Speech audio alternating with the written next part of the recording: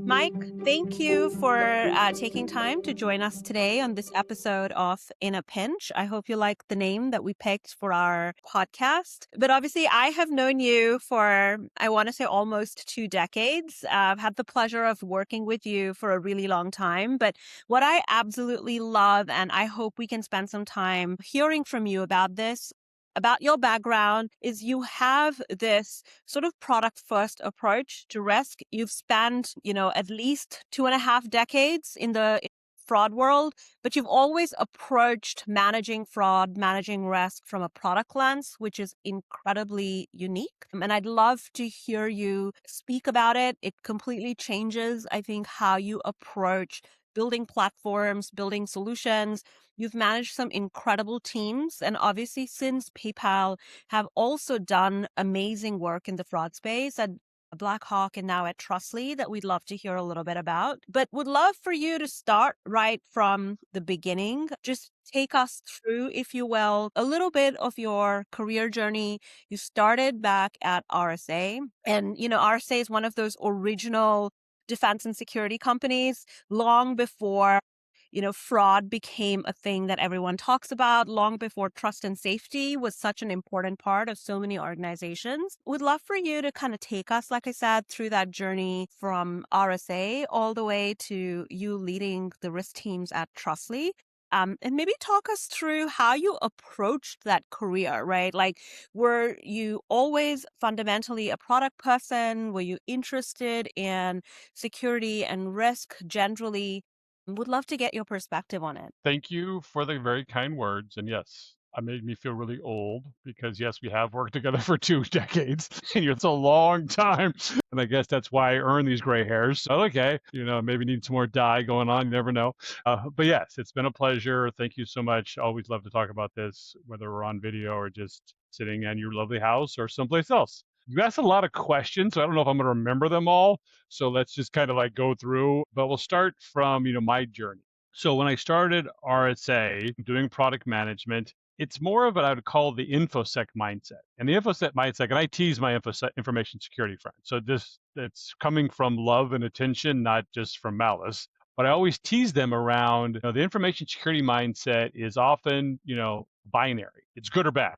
You have to be protected. It's not like, well, how much protection? It's not a scale. It's just on or off. And I also tease them a lot that a lot of information security people, especially back then, used FUD. And for people who don't know, FUD is fear, uncertainty, doubt.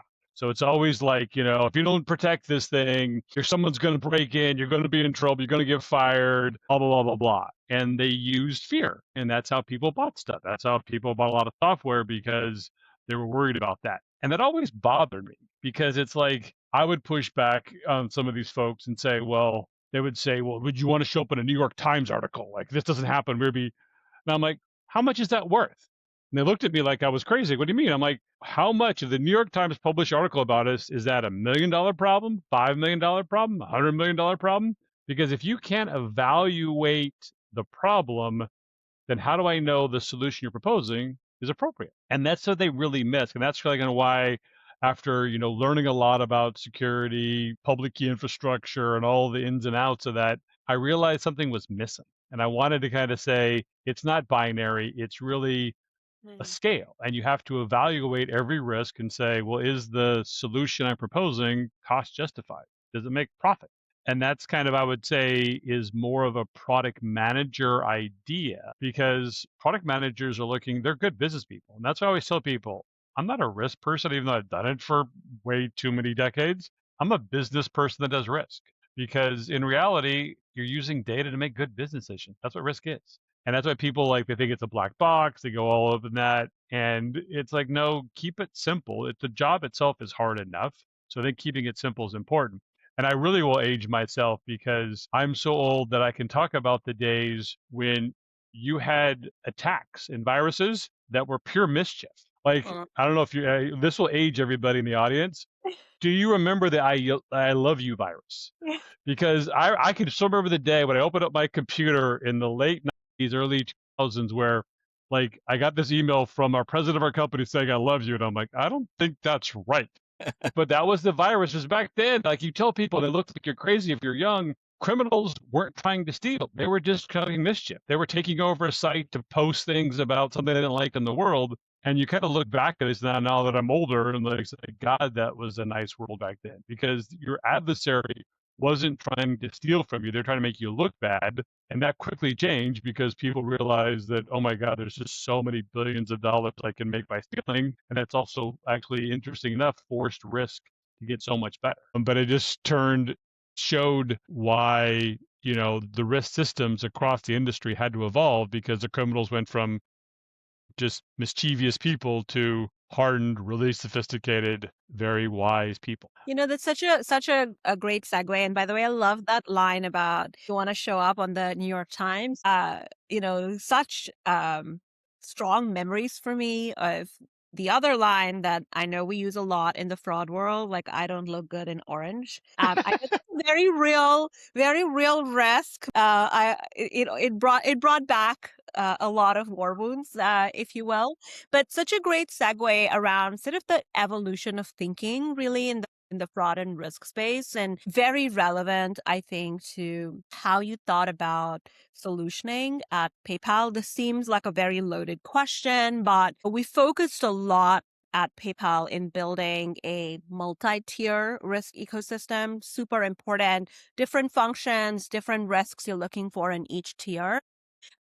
For people who are building today, building now, those fundamentals have not changed, right? Like there's a lot of new technology, but this idea of having a multi-layered defense, super important. Can you maybe talk our listeners through how you think about building multi-layered risk ecosystems? What's important to have in place? Like I said, regardless of what technology is used today versus 10 years ago, what does that framework look like?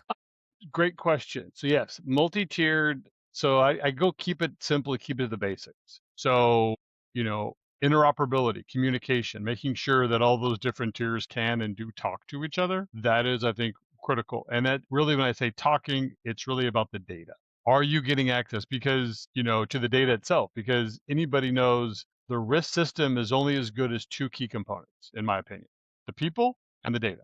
If you have really good people and really good data, you can use whatever AI tools, ML tools, doesn't matter. You can get whatever acronyms you want, but good people with good data will manage your systems well, and they'll build out the right layers of controls. So I think those are some of the really basic fundamentals. And when you're talking about data, it's a lot harder than people think it is, because especially you think about global companies, there's lots of nuance there. Like I remember a good story, and this I tell because as a trust lead, we have a Brazilian team, and I said I learned a very important Brazilian lesson when we PayPal expanded to Brazil, because all our models and rules were set up such that we looked at credit card numbers, looked at identities, linked those together, and that we learned once we started talking to our Brazilian counterparts, many Brazilians share their credit card number. Like, you just give it to your friend. Like, hey, I got to buy something. And like, we looked to like, oh my God, you guys do what? Because that nuance we never thought of. No model, no rule, no. So the data was there, the people were there, but we didn't connect the dots to say, well, that behavior that we think is actually fraud is not fraud in our false positives, because we didn't realize, wait a second, you have to go to a different level of understanding. You have to go into the nuances, other connections. Are these people part of the same family or something else? And therefore, that behavior may be normal and not something that indicates fraud. So I think that's really where it's, in order to solve the data problem, you really have to have the ability to scale globally, but also have the nuance to say how every little local idiosyncrasy that may come in can be obtained via the data and then utilized to say, well, this may mean X in country Y, but doesn't mean that same in country Z, and you can customize it accordingly. So I think that's really the nuance and the fine tuning of this risk system. I would say, going back to the PayPal example, the only other key thing, and I would say that was really proud of our team developing, and we kind of walked our way into this. This wasn't a great plan. We kind of learned along the way, is that multi-tiered risk system, especially if you're talking about transactional risk companies, people that are involved in every, approve and decline, every withdrawal, everything like that. I guess you don't realize until you kind of take a step back how powerful your tools are for the business. Put risk aside, the business. because literally you control every dollar earned in that company. Think about that. Like if you decline everything, there's no risk, but there's no revenue altogether. And also, you have a massive control over how much bottom line margin is determined, because every dollar you lose is bottom line margin lost. So the key, I think one of the key benefits we did together building that systems at PayPal was we had a great risk infrastructure with multi-tiered, but we layered on top the business controls. And our system was so sufficient and skilled that you could go tell the CFO. And I remember all these meetings or the president of the company to say, what's the business goal you're trying to achieve? And we can help you and be a key driver for achieving it. That's not like a risk job. Only because you have a good risk system can you do it, because you have to be accurate, because you can't promise the president, yeah, I will deliver you, 100 million in revenue or 10 million less in losses and miss the number. That's not good.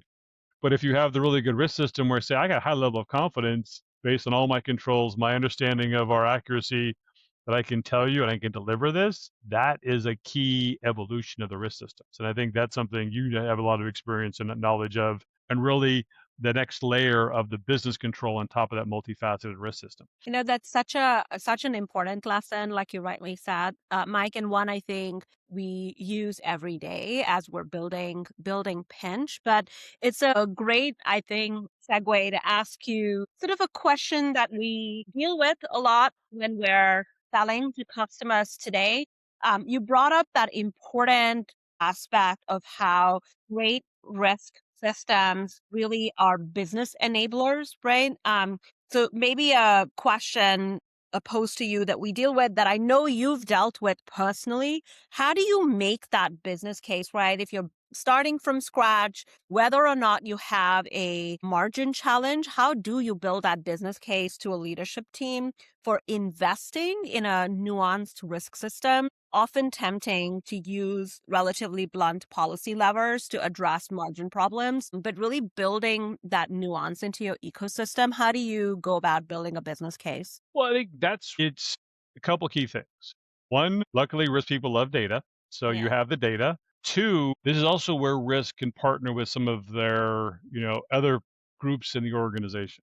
Like talk to your marketing talk to your product friends. And this is really a product mindset really is important, because you're thinking holistically about all your customers. Because you can easily show the loss number. And that's why risk people, I'd say sometimes if you're just thinking about losses, you're not doing your job well as you're short circuiting or limiting your growth in the company, limiting the company's growth, because revenue is the flip side of every loss discussion. And you always have to make sure it's there. And when you talk to your product friends, and when you talk to your marketing friends, you say, hey, how much it costs you to get a new customer? How much it costs you if you lose that customer after you spend how much on customer acquisition, and then all of a sudden you tell them, sorry, we think you're a criminal, we do something bad to you, and you're like, I'm out. I don't love you that much to stay, and that money's just thrown away.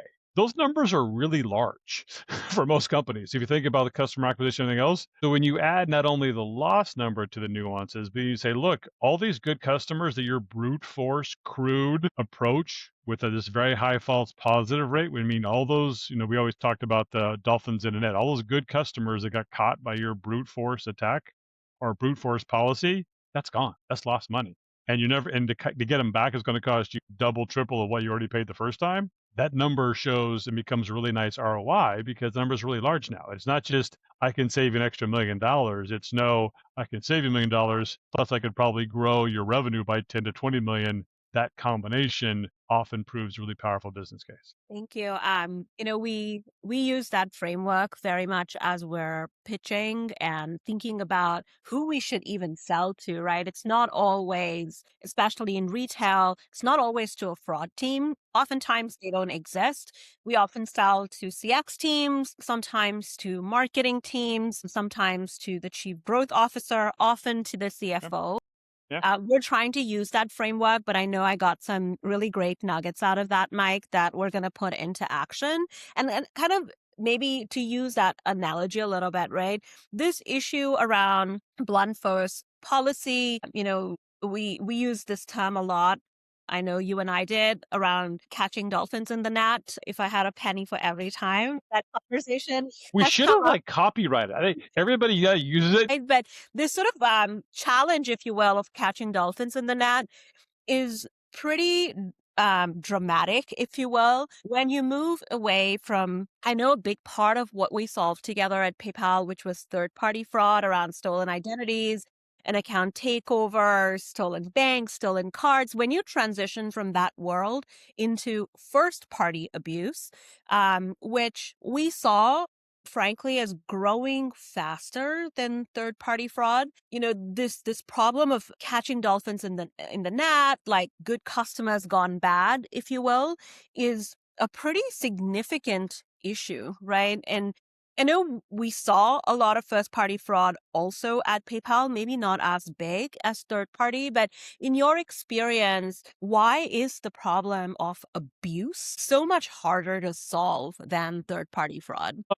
Great questions. And, I've got different hypotheses out there. One hypothesis I have is maybe why we didn't see it as much at PayPal is I think COVID had a big impact on consumers' mindsets. Yeah. I think the world just lost itself, starting in 2020, and people thought the rules didn't apply anymore.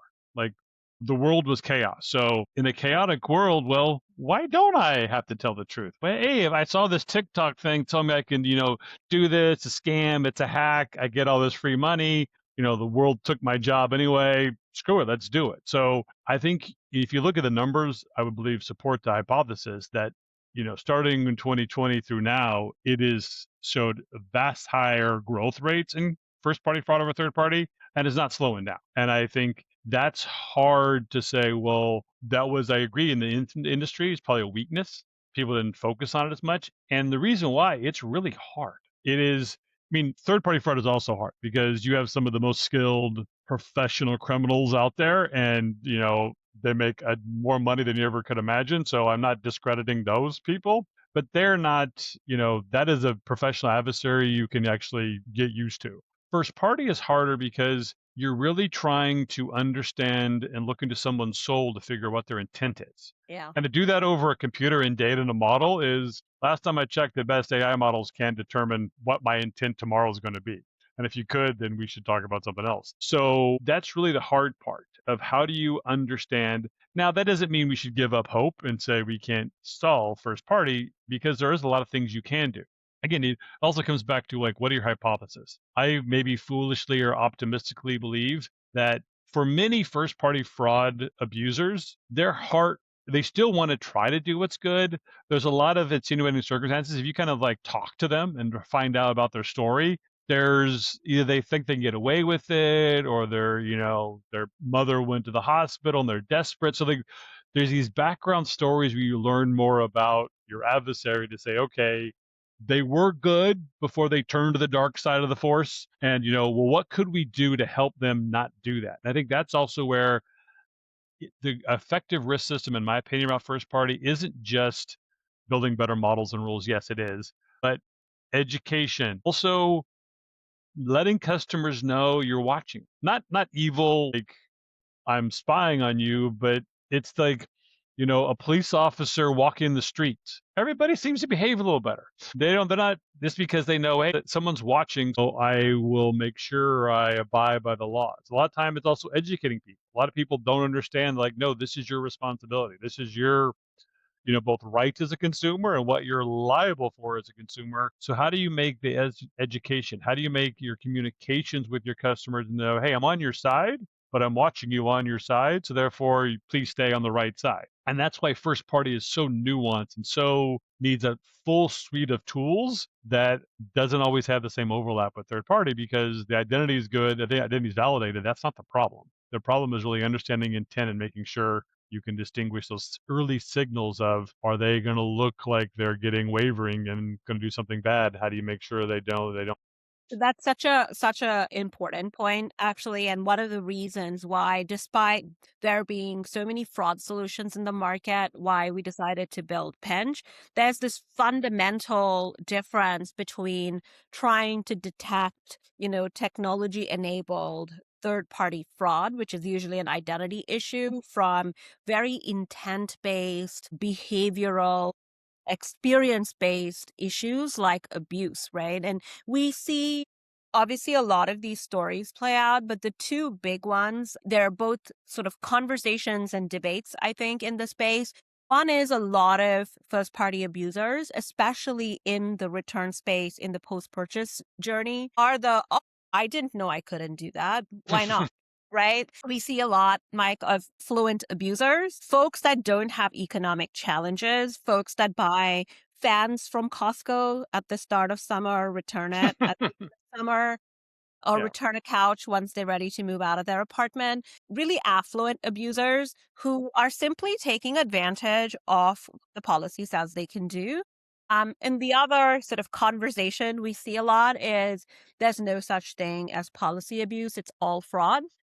If you do something that you're clearly trying to monetize, it's fraud. We don't approach it that way. We approach it very much from the lens you talked about, is you have to understand intent and you have to understand the best way to deter that intent. If you leave yourself open for abuse, it's going to happen. And exactly as you said, right? Like sometimes the best deterrent is letting potential abusers know that you're watching. And so that really resonated with me. But it does kind of bring up this very difficult balance that risk managers, operators in the space have to deal with all the time, which is setting the balance between trust and fraud prevention, between great, delightful experiences, and having enough friction in order to actually be that deterrent. You've done this your entire life. I'm sure you're doing this today as we speak. These are conversations you're having with your peers in the leadership team. Maybe talk to us a little bit about, again, like the right framework to think about it, right? Like, how do you strike that balance? Is it a conversation? Is it about a model? I wish we could talk to all the fraudsters that target us, but in the absence of that, like, how do you think about that? So starting with your last question and going back. So, any type of, you said multifaceted risk system that you're trying to build needs to have a wide set of tools. So it is models, it is rules, it is policy, it is good investigators with a human intelligence that you can bring in and talk to different people and understand.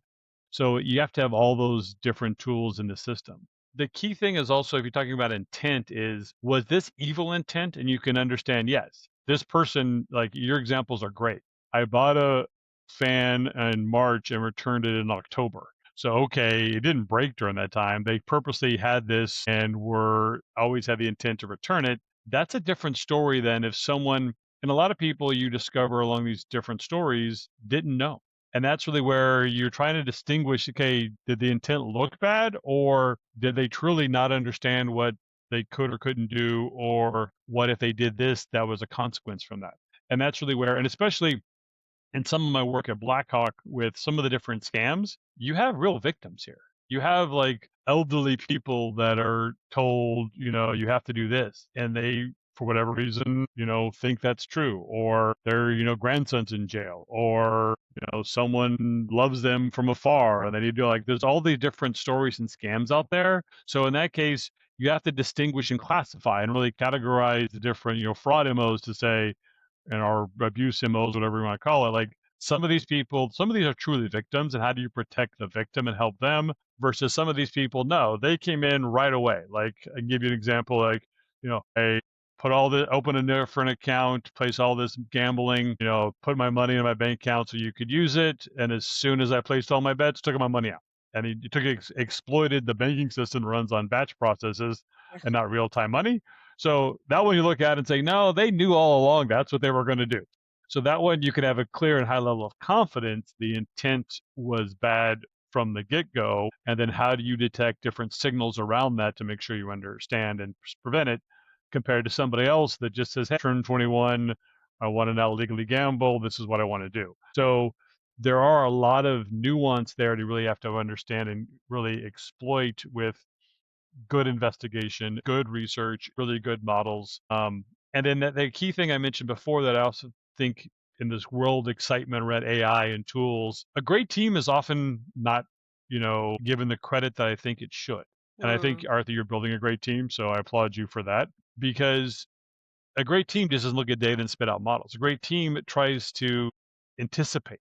tries to, understand, well, if I was a bad guy, what would I do? And therefore have the right controls in place. Doesn't wait for the bad thing to happen. Doesn't wait. Because if you're always reactive in risk, and you're never going to get rid of the reactive part of risk, but if you're always just reactive, you're never going to be as good as being also proactive wherever possible. Understanding where the threat may come, understanding if one of your merch is going to go into a new business. Hey, wait a second, as your partner, let me if I was a bad guy, I would do X, Y, and Z to your new business. Let's make sure those are protected before you go launch it. Instead of you're going to launch it, take a whole bunch of abuse and fraud and then scramble and catch up, and you've given out way too much money then. So I think that's also where not only are the tools and data you're going to be using for the systems, but also making sure that you have the right people that can use them their full potential. Yeah. Mike, on the Blackhawk point, I thought I wanted to sort of double click a little bit over there. Look, Blackhawk sits at the center of the gift card ecosystem, and this has probably been like one of those magnet for fraud. Even till today, we continue to see that being a problem. What did running risk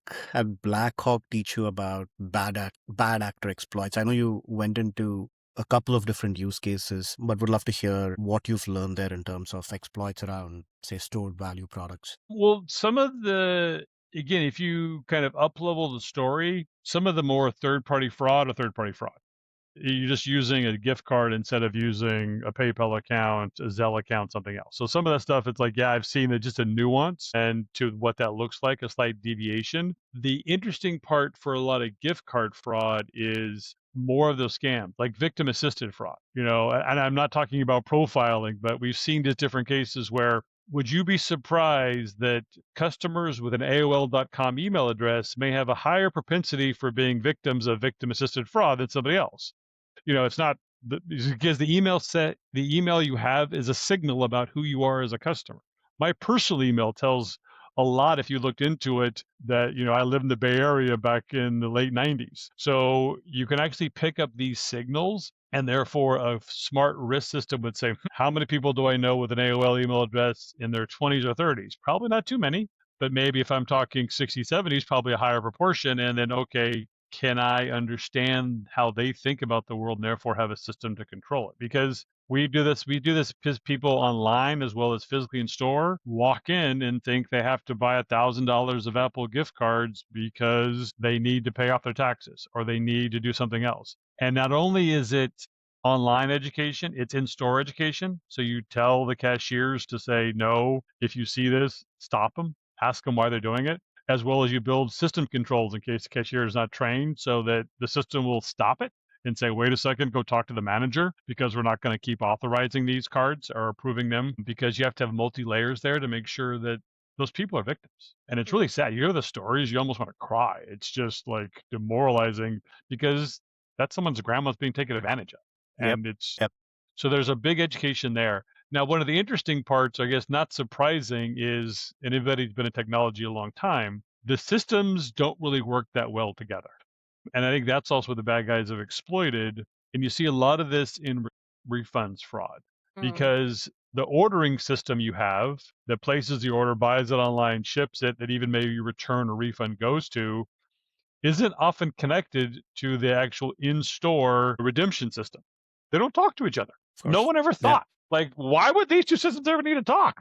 Buying online, why would that ever deal with the fact of, well, I have a gift card coming from that refund that I got on that. I want to use it there. So I really need to understand the riskiness of that return and that customer history when I'm at the point of sale using a gift card to do it, because if I immediately get this thing and go buy a bunch of money at a certain kind of store, those are all signals. And if I don't bring these two systems together, have them talk, then you're going to let a lot of abuse get through because you're not really seeing the holistic picture. And, they're never built that way. So that's where, and I'm sure you guys are thinking about the same thing of like, how do I connect this stuff? How do I make sure that we share information from one with the other? Because then you're making a more holistic and accurate decision to both give the refund as well as make sure if you give a refund or return, you also understand how that goes to make sure the redemption is also appropriately evaluated. Yeah. One very similar one use case that we see at Pinch, we call it like a 3-strike problem, is we see these folks that will use a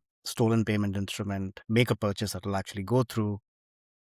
Immediately after making the purchase, they would initiate a return, send back an empty box or whatever, get a refund that they will take in the form of gift card or a store credit. So now the chargeback comes in. So you're out the money.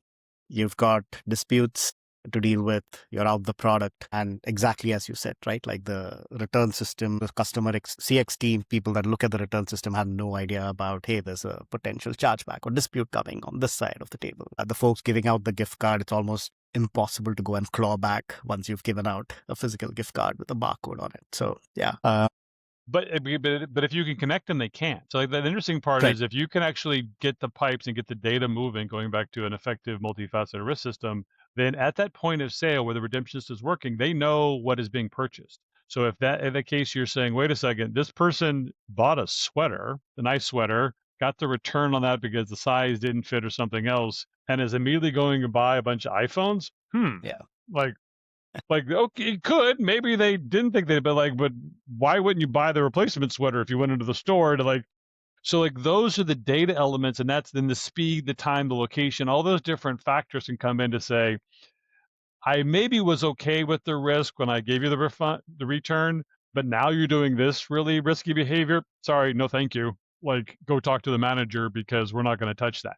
So I think that's really so critical for you. And that's why I'm so excited about like what you guys are doing, because if you can connect that, you're solving a real world problem. You're solving a real world problem hitting merchants where you can't say no to that good customer and not let them return their item, but you have to watch and make sure that it is a really good customer and not someone that's going to do bad things. Yep. I want to sort of address, I think you touched upon this with modeling. It's sort of like my personal favorite topic to get into. Look, I think the fraud domain has been a pretty early AI adopter for decades. Back then, we used to call it machine learning. Help us demystify the difference between ML that's been powering risk models for years versus the large language models, Gen AI models that we see today.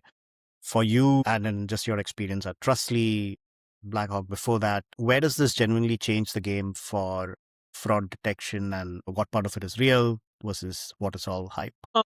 Well, I think people are hyping up the battle because like people want to make it, AL versus, machine learning, who's going to win? Because everything has to be a fight. Everything has to be an adversary. It's like, I want both. I don't want why would I want to give a good tool away? So I think some of that hype around this is a conflict isn't true. I would say a good risk person wants as much data they can, as many tools they can. And a good risk person knows, well, I don't have a universal tool. It's not like models will solve everything. Well, no, they don't. That's why I have rules. Or why I have models and rules, I don't need people. Well, you do need people because really good investigators can find nuances and understand things that people can't. So you want a complete of arsenal of tools as you can. And then you have to understand, well, what are they good at? Like ML models are really good at, understanding large data patterns, evolving, et cetera, et cetera. LLMs are good at classification. If you look at your Latinx card statement, read through all that stuff. You made all those transactions. I have, at least maybe I'm older and getting senile, have a hard time understanding when my wife and kids use my credit card, different problem altogether. But what is this statement? What the hell they buy? This is what I should know everything on this statement. I don't understand it all. So if you're saying, well, that's a treasure trove of data, that tells me a lot about a behavior that if I was a fraud risk system, I'd want to get access to. So how do LLMs are really great at being able to parse those kind of data sets and tell me I can classify it. I can tell you the merchant is, I can tell you, what they were buying, blah, blah, blah, blah, blah. So I want an LLM to do that. However, LLMs also have weaknesses because in the risk system, you really have to have detailed explainability. I mean, trust me, I know Arthi's probably been in more meetings than I have around this. You can't talk to a regulator and say, yeah, why did you decline that person? Oh, the model said I should. Well, why the model said? The model said.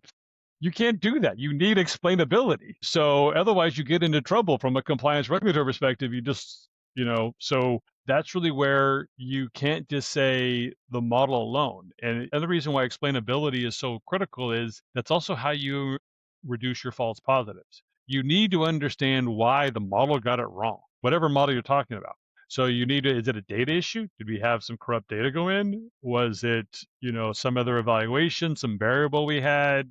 There's a plethora of possible reasons why a mistake is made, why the risk evaluation was inaccurate. And that's really understanding it is the key to fixing it. And then sometimes your LLMs don't really give you a lot of really helpful explainability. While a lot of ML models and a lot of work has been done in the last 10, 20 years have been getting better and better at saying, well, this is the score. Here's why we gave a score. And they can at least group it into buckets of, well, we think it was this risk or that risk. And therefore, okay, you got that right grade, or no, you didn't get that right. How do we fix it? So I think there's a lot of different areas there where, bring the best tool to the problem you're trying to solve, understand the tool's strengths and weaknesses, and Yeah. then you'll make your risk system better. I think when we were researching for this topic, right, like your Trustly work specifically calls out building models based on, I think, what you guys call humans in the loop. And this feels like a very deliberate choice that you've made. Just educate our audience, right? Like, why does this matter so much in fraud?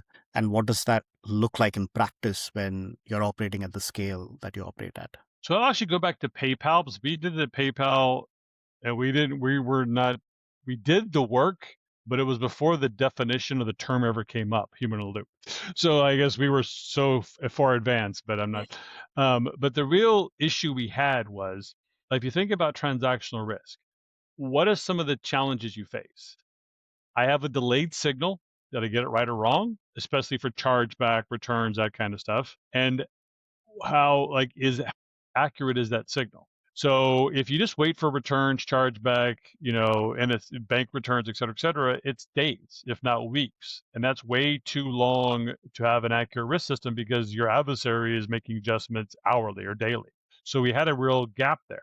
Now, PayPal plugged that gap with, great human investigators, people that work cases every day, but we had a hard problem of, like, how do you take this intelligence if someone just looked at 100 transactions happen in the last 5 hours, and what she is seeing with the modeler over there, building a strategy takes some weeks to get the data, et cetera, et cetera.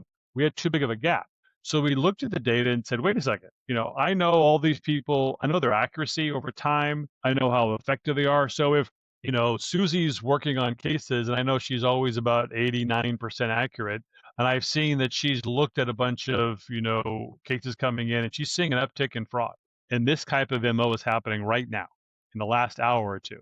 So then we built a system to say, let's capture all that data. We have all the data. We understand every case. We understand everything she's doing, every label she's making. Capture that, translate that, and then feed that into the actual model strategy. So the model would say, wait a second, I can see this type of attack is happening in real time with a high level of accuracy. Therefore, I can adjust on the fly what my thresholds are, what I'm doing for my segmentation, et cetera, et cetera. And we built that 2015, 17, somewhere in there. So we didn't call that human loop. We weren't that smart to come up with a cool name that we could have copyrighted and made a lot of money on. But that's what we built. So the trusted concept is the same thing of, how do you make sure you get a fast, accurate signal from people that are experts, and you can have confidence in that signal accuracy to then support the natural slow nature of a return. Because the banking system is by definition slow. Everything runs on batch process. Like in the US, banking system takes 3 to 5 days before you get an NSF return, let alone you can get a unauthorized return weeks later. So you can't wait that long. Yeah. The bad guys will exploit that, in both for first party and third party fraud. So you need to say, wait a second, I can get a much quicker signal before that return comes in, and take steps to make sure I'm minimizing my exposure. Makes sense. Thank you for that. Switch gears a little bit and talk about sort of like your product builder background here a little bit. Like you said earlier on in the podcast, you've been a PM since before most people knew what a PM was. You were a PM at Fujitsu, RSA, a couple of decades building risk products at PayPal. The role, when you look at it today, especially in this age of AI, it's changed a lot. It's reshaped what it means. Today at Pinch, we've got our PMs doing everything from writing specs, generating test cases. You can almost sort of build a working prototype and then point your AI at it and it will write the PRD for you, right? Like almost putting the cart before the horse. I guess my question to you is, going into 2026, in your opinion, what does the job of a risk PM look like? Do you think the bar is higher? Do you think it's different? Any thoughts about this? I don't think the bar has changed. The tools have changed. So like now you said, if I'm a PM, it's an exciting time because you have so many tools. You have so many cool things that you're not spending all this time writing competitive analysis. You put that in, spits it out, great. That's a freed up time. All the notes it can take, all the other, PRDs it can write. So that is a significant productivity enhancer. However, you can't just replace the PM with here's a script or here's some Claude code, because what is the core value of a PM? I would say the core value of a PM is, does she or he really understand the customer, really understand the market, really understand the business and the problem? So far, I've not seen great code that can really talk to customers for hours and lots of customers. You can do surveys. I'm not saying that, but a lot of times it's what I find it more rare that a customer says, I need feature A, B, and C. And if you build it for me, I will get it. That's a dream world. Maybe that's Hollywood. Just that doesn't happen. A customer will complain about whatever they're complaining about, but it's the nuance of, okay, they're complaining about this, but in reality, there's this thread going through this that if you did A, B, and C, she or he didn't say that, but actually that would solve the fundamental issue behind their complaint. That, so far, I've not seen AI do that well, but that's what a good PM does. And a good PM can make those connections because they're spending all their time talking to customers, all the time talking about a market opportunity and seeing those, what is out there that's not being addressed. And that's where, I guess maybe I had too many scars from waiting way too many nights reading a bunch of documents you don't know if anybody's ever going to read, compared to say, no, if you could free up all my time that I'm spending 8 hours a day talking to customers or talking to the business or understanding our business better, my God, like you'd be so much better, because then your iteration, then your understanding of the opportunity, what the issues are, and you may get it wrong. And a lot of times you're going to get it wrong, but you're going to put something out there where the AI can build you quickly, and the iteration cycle is going to be like, no, that didn't really solve my problem, or, oh, it did this way, but missed this. Okay, how do I iterate again faster? And that's that still connection. Call me old, like you did, or an old school of that still interaction of communication of, getting that feedback from the customer, the business, the industry, and then be able to understand the nuance is critical. And I think that's really where PMs shine. PMs that are good knew that. PMs that are good, they know their product better than anybody in the world, and they know the market. And I guess going back to an old story, I remember an eBay Live. I don't know if people old enough to remember eBay Live. And I was on the doing booth duty one day, and I was probably at PayPal then maybe 6 months or so. So I barely knew my products that well, and a customer came by because your risk product. I mean, you didn't realize this really drove it home for me, and it's still with me today. Our products are having a big impact on this people's lives. Like, they didn't go on vacation. They came to eBay Live, and one of the reasons they came to eBay Live is they want to talk to someone because this product was upsetting their business, and their business was how they put food on the table, and they were using eBay to do that. And their product that I was responsible for wasn't doing a good enough job, and they knew my product better than I did, and they weren't mad at me. They weren't saying you suck because you did this wrong. They were trying to understand and politely like explain to me why that the product wasn't functioning well. Yeah. And I left that conversation humbled, humiliated, and just like, I can't do that because I'm keeping someone from feeding their family, keeping someone from going on vacation because I'm not doing my job well enough. Yeah. And I think that's really where, if you have product people that say, no, I care about this because I can impact someone's life and I'm going to build something better, whether it's a good customer, whether it's a merchant, they can succeed in their business, then you will make sure that you're making those connections. And that's really where I don't think AI can do that. And I think the people, the good PMs that are using the right AI tools to be productive so they can spend more time talking to those customers is just so valuable. Maybe taking a page from your book, Mike, like I think advice to PMs in large fintechs or in large companies, they should really be spending time on the phone, right? Like, listen to customer calls. And I don't mean use AI to give you a summary of call transcripts. Amazing. So I'm going to transition us into a really good rapid fire, if you will. Okay.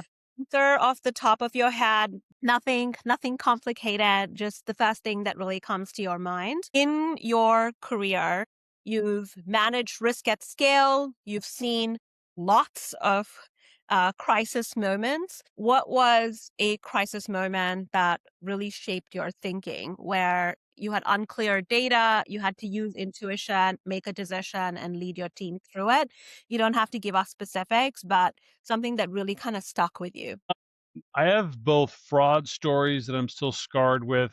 I think you and I have some of those same fraud stories where, yeah, systems failed, bad guys did exploiting at scale that were humbling how fast they reacted and responded. So we were still scrambling to figure out why the systems were down, what the data was missing, et cetera, et cetera. So that still stick with me. But I also have other business ones where, as a public company, you're trying to meet a quarterly number, and I was pulled from a meeting with the president of the company to say, no, you got to work on this and you have 10 days to make these numbers happen. So I've got both the, revenue and the fraud loss side. I think the key for all those crises that come back to them is, you have to trust the team. And this is really where, in a time of crisis, you got to have good people and you got to empower, and they have to feel supported, because the little known, not little known secret, but people don't talk about it. Risk people, by their nature, are very risk averse. They don't like taking risk. And that's really where, as a good leader, especially in a time of crisis, they're not going to have the data. They're not going to have the time to analyze. So you have to push them to say, well, trust your gut on this, because I can't do the job for you. You have to do it because you're an expert in this domain. You don't have the time to do your normal, 3 days of analysis, all this stuff. You got to go because we're in the crunch and you got to do this in the next 15 minutes. And they have to feel supported and confident enough that say, if you make a mistake, we're okay. We'll be, I'm not going to fire you for this. Do what you think is right, because 90% plus of the time, they got it right. And that's really how important to respond to all these different crises. How you deal with it is really making sure your team feels that they can get out of comfort zone and execute, and then you'll respond and you'll survive the crisis. There's going to be a lot of people who hear this podcast that will recognize what you're saying, because you are a very, very well-loved leader. Okay. An underestimated risk vector that e-commerce fintech leaders should really be thinking about right now. The consumer. Think about it. You're a consumer right now. AI is going to cause you to not trust anything. Deep fakes, what you see, what you hear, what you read, all the old rules around, well, look at the phishing email. If it's, there's bad spelling and it's a bad email, everything is going to be perfectly copyrighted. So either these people are just going to lose trust in the entire system, which is bad for consumers and buying, or they're going to say, well, it doesn't matter because someone's going to step in and I don't have to have any responsibility, which is also bad, because you need the consumer has to do their part of the overall, ecosystem to be safe. You can't just do bad things and not care about it. So I think really my biggest concern right now is, how do we help educate a consumer in a world where AI changes so much so fast that they can still do their part in the ecosystem? That's what scares me the most, because I don't know how to do that. I really am scratching my head to say, I don't know how to educate my mom or my friends to say, well, this is what you should do and this is what you can't do, if I barely know. Yeah. And I guess that makes an already paranoid fraud person even more paranoid, but totally, totally understand. Okay, this is my favorite one. The industry talks about the PayPal Mafia a lot, but I think what we don't talk about enough, and we really should, is we have a pretty amazing PayPal risk mafia, right? PayPal has produced so many amazing fraud and risk leaders that have really shaped the industry as we know it. There isn't a great fraud vendor in the market that didn't come from PayPal, or an amazing fraud leader at a large fintech that didn't train at PayPal in a way. And in your mind, why is that? Was it pressure? Was it just scale? Was it the amazing snacks? And I say that with some level of sarcasm in the break rooms that we chose not to eat, Mike. What was it? I would say all the above except for the snacks. No, I think we were able to attract great talent. But great talent alone wasn't good enough, because some people didn't, they were great talent, came in and didn't survive. So it's really the people, it's not only the great talent you attract, but it's supporting with the growth, encouragement, support, and then empowering people. And that's the interesting part. Remember back in the day, we would hire new people that are fresh out of college or graduate school. And I'm saying, you have 2 years of experience. I'm putting you responsible for, 500 million portfolio where no one's going to look over your shoulder. You're going to be making the decisions on what we should do with that portfolio. Tell me a fintech that can do that. Yeah. And like, because you're empowering these people to say, like, this is your domain. This is what we expect you to be an expert on. We expect you to know this better than anybody else in the company. So if you get really good people and you empower them that way, and then you give them great pressure where everybody, like, you're getting attacked by the best of the world every day with new things coming at it. So if you're competitive, you like playing cops and robbers, you don't like to lose, you add that kind of talent with the support, with the threat environment like that, and yeah, cream rises to the top. People know how to deal with it, and once you figure that out, then yeah, you can then solve all the other problems. You're like, that ain't so bad. I've already dealt with something worse, and I can handle this. And I can that's really, I handle. think, why you had. Pardon me. I think that's why you've had so many good people. And now that I'm kind of stepped away from it more and more, looking back to say, I don't think we realized how good we had it at the time. And I think that's really where we just thought that every company was like that. And I don't think that's true. That's true. Amazing. Okay, a final one on that note. The most creative abuse ammo you have encountered. Yeah, so I would say the one I tipped my hat on was back in the day, their co-employer. They were actually able to they figured out a way to exploit the time between, we would create the control groups, and we'd have different ways to actually determine whether this customer was in a control group or not. The system that did that and it would adjust things, they were able to figure out how to exploit that so they would show up in a control group, and then therefore they were able to take a lot of money. Yeah. And that was where I was like, this is happening in like, how did you figure that out? How did you exploit it? And it's like, I was like, tip my cap. I'm like, you guys are good. You are really good at a fraud. So that just goes you back to the level of adversary. Yeah. Being I able think to. that's such a good example, actually. And I do remember that one, Mike. But it's such a good example because the reality is that with the type of AI that is at most fraudsters' disposal, that's going to happen more often than we realize, right? And we talk about this all the time, like, rogue humans armed with Asians are going to figure out and learn every risk control you put in place and figure out how to circumvent it. And that's the age that we're living in. Amazing. Well, thank you for such an amazing session, Mike. I pinged someone and told them they need to come and listen to this because it's going to be one of the most interesting ones. I also want to say, when you were speaking, I realized how much of the same language I use when I talk about fraud and I talk about frameworks. And I realized because I probably learned from you. So thank you for that. And thank you for being a part of our journey. It was great to have this conversation. Thank you. I know I learned much more from you than I taught you, that's for sure. And I think we just speak the same language because that's the language we learn together. That is true. And that's a language we'll always have together. So that's nice. Thank you, Mike. Thank you. I Thank appreciate you.